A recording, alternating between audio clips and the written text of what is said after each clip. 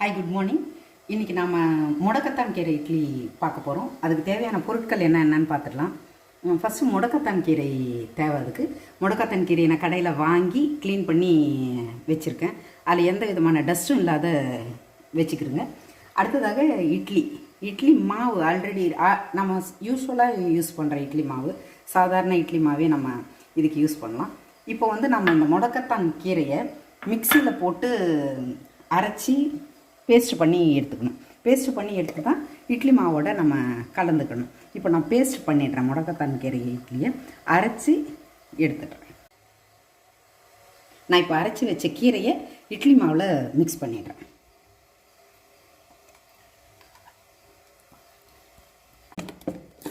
இட்லி ஊற்றி வச்சுருக்கேன்.